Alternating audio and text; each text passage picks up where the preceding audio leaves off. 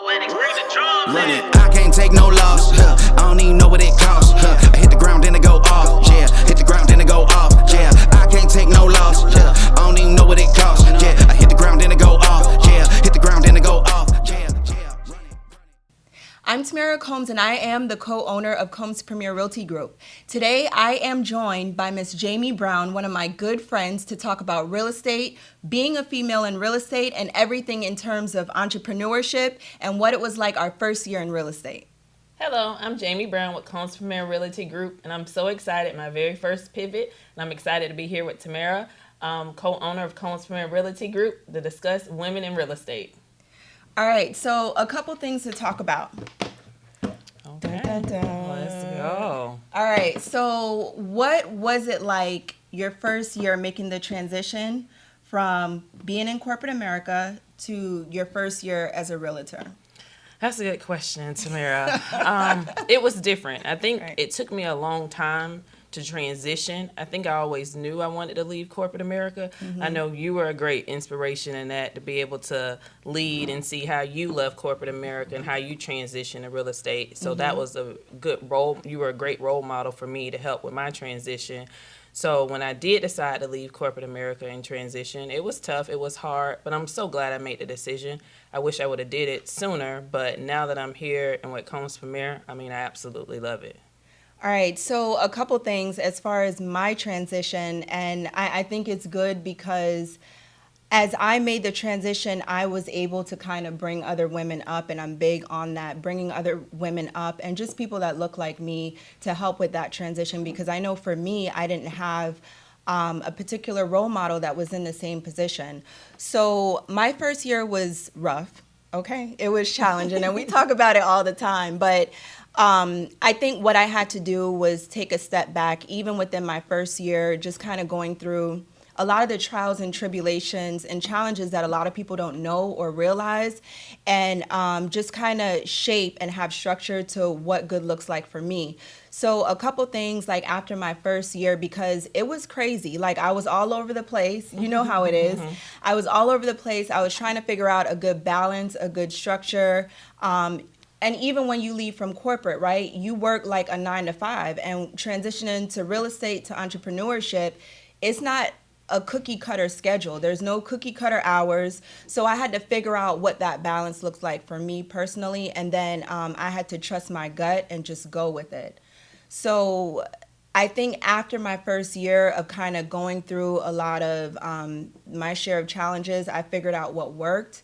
And what worked for me, like, I just kept them moving and kept going.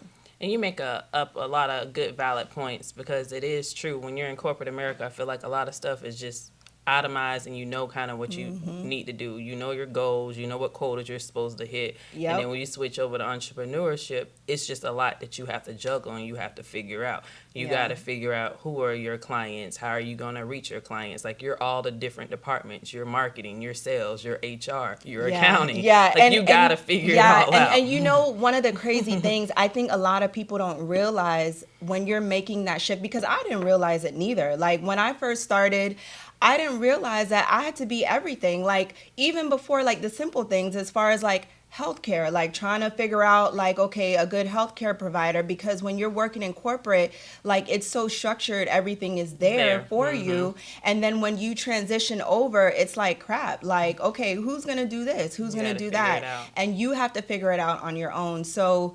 it was a lot. Right. It was a lot. But, you know, like, as a woman, the young, you know, up and coming individual, it's like you just figure out just figure it out. And we keep both it moving. And that's the beauty of it. And I think that's why our friendship has flourished, because, like, you know, we both kind of understand, we both have been through some of the same, you know, the same journey, the same dynamics, and, like, you know, it is just what keep it it is. moving. Yeah. So the next thing, how do you maintain balance, right? So you're a mommy, you're a wife, you're a boss mommy, of course. You're in real estate. You have several businesses as well. So how does Jamie maintain balance? I think some days are better than others, and I just think you have to have balance. And sometimes I just have to stop and I just have to say, you know what, I just need a moment.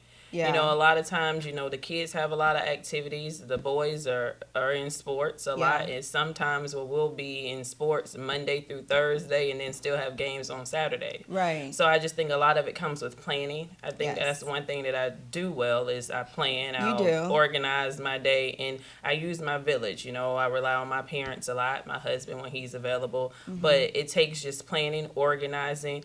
And the reason why I'm doing all of this is for my kids. Right. It's for them to be able to grow up and be able to see everything that mommy has done. Yeah. I know I had a good foundation, and I even want to be better for my kids.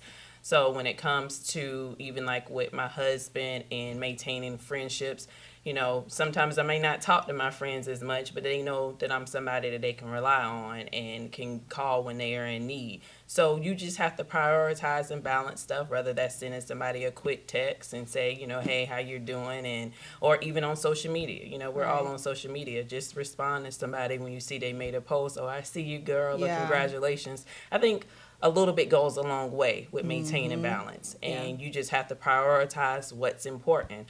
I know one big thing for me is that at the end of the day with real estate, it can be a 24-hour job. And I mean, there are some days where you're going to have people that are going to call, text you literally at 8, 9 o'clock at night. And so you just have to maintain the balance of, I know sometimes at 5 o'clock, I just completely shut everything off because I know that's the time when I'm getting the kids. They want mommy time. They want to hear about, you know, they want to hear about my day, and they want me to hear about their day. And you just have to cut it off because honestly, truth be told, after 5 o'clock, it's not too much you can do in real estate anyway. You know, I mean, that's facts. Banks are closed, title coming, people are going home for the day. So there's not essentially an emergency that I can really solve after 5 p.m. anyway. Yeah, so. and it's good that you share that because one of the things that I'm personally big on is setting those boundaries. And I think when you first get into real estate, it's hard to kind of decipher, you know, where your boundaries should be. And I think that's one of my biggest challenges when I first started with real estate. I had no boundaries, so I was all over the place. And after my first year, I know for sure that I had to start setting boundaries, learning when to say no, and just ultimately realizing that I can't be everything. You know, I can't be everything to everyone. But like the way that I have and I don't think that there's no cookie cutter balance, right? This whole thing about balance, there's really no, you do what works for you. Like there's no complete balance per se, but I normally like to compartmentalize everything. So from family, my husband, real estate, my clients, I have everything like in a compartment, right? And then, you know, even for me, as far as like a daily structure and routine, like I have a list. Like every morning I write it down. I'm a very visual person, so I have like my top 5. So within my top 5, if you don't make it, or if that priority or task does not make it to my top 5 list, then it's not an item that I'm going to be worried about or concerned about throughout the day, if that makes sense. And that's how I create balance for myself as well. So I set my boundaries, and then I have my top 5 list. And then, of course, like even as far as, let's talk about self-care, right? Because as women in real estate, like it can be a lot, you know, it can be a lot between the kids pulling you in one direction, the husband pulling you in the next, and then you got this whole bucket of clients, customers, and you have a lot of expectations. Right. So let's talk about the idea of like self-care. What do you do for self-care? I love the spa. The spa is my favorite. I absolutely love the spa, and I'll take time to go to the spa when I do have the opportunity to. Okay. That's my safe haven. Absolutely so the spa? Love it. Yes. Okay. Love me a good massage. So what about you? I feel you. So there's a couple things that I enjoy, and I've recently been enjoying it for self-care. So before I used to work out a lot. I used to do a lot of running, exercising, and then I know I had fell back, especially when I, started with real estate and got busy with managing the business, juggling the kids and the husband as well. So what I do personally, like I make it my business to spend 1 hour out of the day to be selfish for myself. So I'm selfish. Like, even when my husband, I know what time I want to work out and he wants to come and talk to me about XYZ, I'm like, no, bro. Right. No, but that's good. Like, it's good to have that balance. That's great. Yeah. So I carve out 1 hour a day where I'm selfish about myself. I turn off my phones. I mute everything. That time the kids, are at school. And you have that time for yourself. And I have that time for myself, and I need it, because at the end of the day, once you get back into the routine, the work is not going to stop. Right. The It's kids always are, gonna be there. it's always going to be there. So I made it my business, like, for self-care, I take 1 hour out of the day for myself, no matter what. And for me, it's working out. So I might go running. I have a Peloton bike that I just invested in, like, I think it was last year or this year. And I have no regrets about it. And I'm very, like, I'm very, like, selfish about my me time, that 1 hour a day that I do for myself. No, I think that's good. And then I drink my water, too. Yeah. I think that's like great. they say, drink your water and mind your business. So that's what I do. That's good. What I do. Yeah. Very good. So let's talk about... what's it like being a realtor here at Combs? Oh, I love it. Honestly, a lot of people don't know this, but I mean, me and you have been friends since college at Florida State, so I feel like it's home. I feel like, you and Emmett are home. I was here and around, from the very beginning. I wasn't an agent, but I was definitely around and felt like I was always a part of the team, no matter what, because you always had me as a friend, as a confidant, and whatever it was, to be able to talk, about anything. So now that I'm an agent, I absolutely love it. I love the culture. I love the teamwork. It's no other team like this. The educational training that we get, the hands-on that we get. I know at any given time I can call, text you and Emmett, and you all have the knowledge and the experience to help guide or direct me. So I've had a great first year, and a lot of it I, relate back to the training and the hands-on that I've received at Combs Premier. Right. It's good that you say that, because I know the foundation from when we started, you were there from the beginning. And I know Emmett tells this story quite frequently, but you and your husband were one of the first individuals that were at our first home buyers workshop. Do you remember that? I remember that. Off of I think it was off of International Drive. I think now it's like a movie theater. Yeah, there's a movie theater there. But, we looked up, there was like a handful of people in the room. It was like less than 10 people. But it was good. He still had his banner. He was still marketing himself back then, because I remember he was. He was. But I think it speaks a lot of volume as far as, like, where we started as an organization and where we're going. And to know that we have, those key individuals who always believed in us, know, and to come back, like, for you to leave corporate America and to come back to our team, and it feels like home. It's like home. Yeah. Like, it's very natural. It's very organic. Right. Like, we don't have to fake anything, which is it's a good feeling, And one of the other things that I do love about our culture and environment is the fact that it is family oriented, right? So, like, we understand that nothing is perfect. Right. People are not perfect. We're entitled to mistakes, just we're like all you're. Trying. Yeah, we're all trying. We're all trying to figure it out, And if we make a mistake or if we mess up, my biggest thing that I'm big on is fix it. Figure out a way to fix it and how to make it better. And that's another thing too. Like, even with our clients and the customers who we work with as well, if there's a question that we can't ask as far as a realtor and we don't know, I'm big on figuring out, okay, I don't know the answer to that, but I'll get you the answer to that, and that's also leading back to customer service, which is what we're big on as well. And you're right, Tamara, and I feel like even honestly in corporate America, and I spent 10 years there, every day is different, and sometimes you may get a question or a situation that you haven't experienced before. Like, it's not that you're not an expert in that industry or that field, but someone may have a unique situation. So it's always good to know that you have a good team of different resources on your team that have different levels of experience that you can always relate to. Right. And the other key part is because we're growing and expanding. So we have a broker associate down in South Florida. We have another broker associate in Tampa. Here in Orlando, myself, the co-owner, and then Emmett, who's the broker. In these different markets, everyone has a niche or something that they're good at. And we're big on, them pouring out to the agents, and the agents or the team also reaching back out, to get whatever information so that they can grow and that they can excel.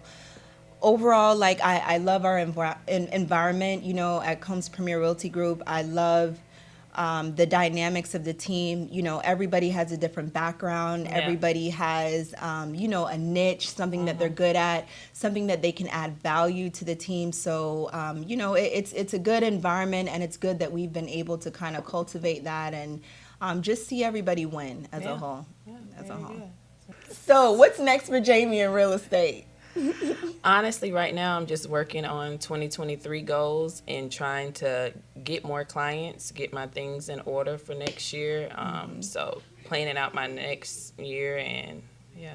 What about you, Tamara? What's next? To continue the expansion, to continue the growth, to continue developing my mindset personally.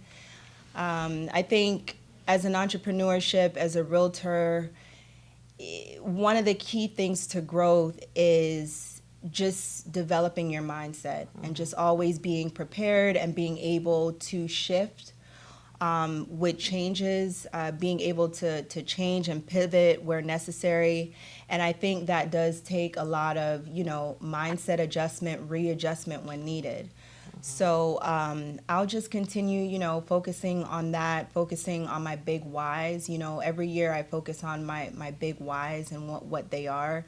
And then I just figure out a game plan of how, I'm going to strategize and execute against those big whys. Okay, I got a good question for you, Tamara, before we leave. What's that? So this is the $1 million question that everyone wants to know. What do you think about the current market? The current market. Yeah. Well, a couple things. So it's very interesting, right? Because real estate as a whole, it's a roller coaster, right? So last year, of course, and even up until 6-7 months ago, we experienced a market where here in Florida, for instance, where you had for instance, a lot of buyers that were entering into the market. You had a lot of investors that were entering into the market, putting in offers on homes, above asking or whatever the situation multiple offer situations. So that was a market in the past. Now that you can call it an up or down market, but where I see it going, I'm not a predictor as far as where the market can go. But what I do tell all of the realtors and the agents on the team, look at the market dynamics, look at what's going on, and make a shift to your business based on that. So even as a brokerage before, we started out the year focused on listings, right? And that's just based on where the market was, right? In the beginning of the year. So I think overall, you just kind of have to understand the environment that you're in and just understand how you're going to make a shift. Right. And be ready for change and be ready for the pivot and how to, seek to take advantage of what's going on in the market. So that's... You made a good point, because one thing that I have noticed by being in real estate is that it's always going to be changed. It's not going to be cookie cutter. So that is different in corporate America. With corporate America, I might have sold beverages or might have sold chips. Now it's just I'm selling real estate, and then there's a lot of factors that determine that market and what that looks like. And so you got to be ready for change and know how to shift and know how to relate to your clients, know your market, and be able to communicate that to your clients. Yeah, and one of the other things that I like to kind of just discuss with all the agents and we talk about on our trainings is just making sure that you fully educate yourselves on how to provide or add value to the client to assist them. Because if you think about it, real estate is a big transaction. It's probably not the biggest one you'll make. Exactly. Yeah. So as a realtor, as a professional, if individuals are coming to you for guidance, you should take and be knowledgeable as far as what's going on in the market and how to understand the different customers, needs so that you can provide some type of value or information to assist them on that journey to where they need to be. Absolutely. Yeah. So that's yeah, good. yeah. So it's great value at Combs Premier. So Absolutely. this is good. Absolutely. All right. Well, thank you, Jamie, for coming on and just kind of talking and sharing some of your experiences. And I guess we'll wrap it up. Thank you guys for listening, and thank you all for watching. And this is The Pivot with Miss Combs and Miss Jamie Brown. Thank you. I can't take no loss. I don't even know what it